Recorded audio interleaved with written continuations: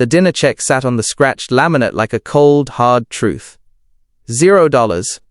A void where a lifeline should have been. For Elena Vance, standing amidst the clatter of a mid-morning rush and the thick scent of grease and maple syrup, that blank line felt like a heavy weight pressing against her ribs. She took a slow, grounding breath. This wasn't just about the money. It was another signal that the world rarely pauses for those already running on empty. Before we continue Elena's journey, if you believe in the power of a second chance and the quiet dignity of hard work, please like this video, comment, share it with a friend, and subscribe to HOA Rofiq. Also, let us know in the comments, where are you watching from today? Elena was 29, a single mother fighting a daily war against a mounting stack of overdue notices. She worked grueling double shifts at a roadside cafe on the outskirts of Oak Creek, a town that felt like a rest stop on the way to somewhere better. Her days started in the dark, preparing lunches for her 5-year-old son before dropping him at a neighbor's house, then spending 10 hours refilling mugs for people who looked right through her. She wore her fatigue like a second skin, tucked neatly under her stained apron. That Tuesday had been grueling. The breakfast crowd had bled into a frantic lunch, and then he walked in. He didn't make a scene, but the atmosphere in the cafe shifted.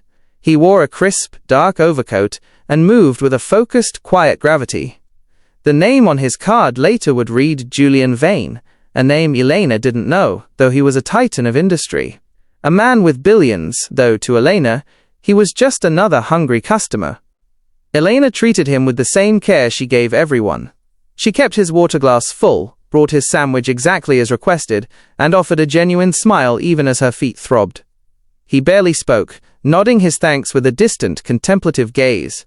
When he finished, he stacked his napkins neatly, slid out of the vinyl booth, and slipped out the door. When Elena went to clear the table, she saw the slip. Tip, $0. Her heart sank, not with bitterness but with a weary, hollow ache. She thought of the empty pantry at home and the utility bill sitting on her dashboard. She swallowed the lump in her throat, reminding herself that kindness isn't a trade.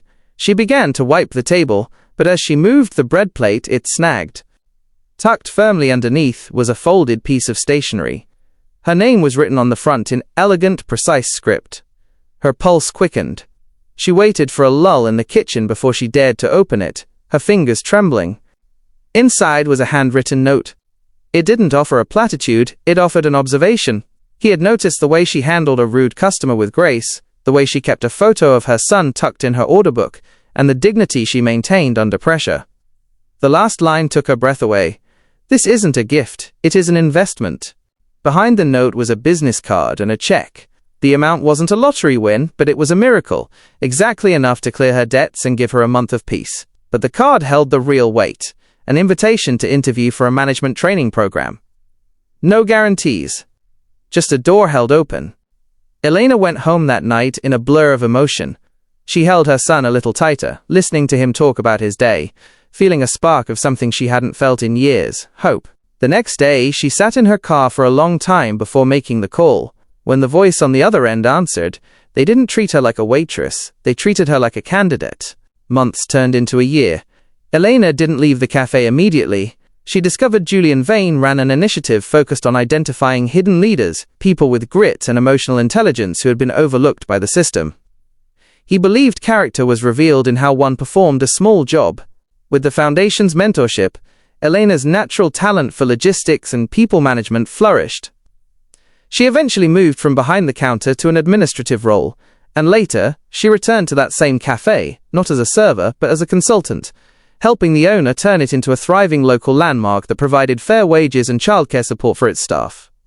Years later, Elena stood in that same dining room. It was vibrant and full of life. Her son sat at a corner table, proud and thriving. Julian Vane still visited once a year. He still sat in the same booth, and he still left no tip, only a note. Each one was a reminder that the most profound changes often happen quietly, tucked under a plate, waiting for the person who hasn't given up. If this story moved you, please like this video, share it with someone who needs a reminder that they are seen, and subscribe to HOA Rofiq. Your engagement helps us share these messages of hope. Before you go, please leave one word in the comments that describes how you feel right now, and tell us your city. Your voice is the heartbeat of this community.